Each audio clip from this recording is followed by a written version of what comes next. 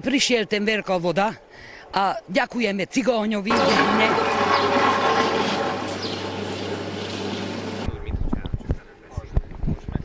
Vaše meno vás poprosím. Vašovo Alžbeta. Takže včera v noci ste sa ponáhľali niekde a čo sa vám stalo? Prišiel ten veľká voda a ďakujeme Cigóňovi v dedine, ste pomohali. A ja som sama doma, aj ona, všetci sme sama, nemali sme kde ísť. Aj starostka bol tu, aj manžel, stále chodil dole, hore a pomáhali, Cigóni pomáhali, to môžem povedať.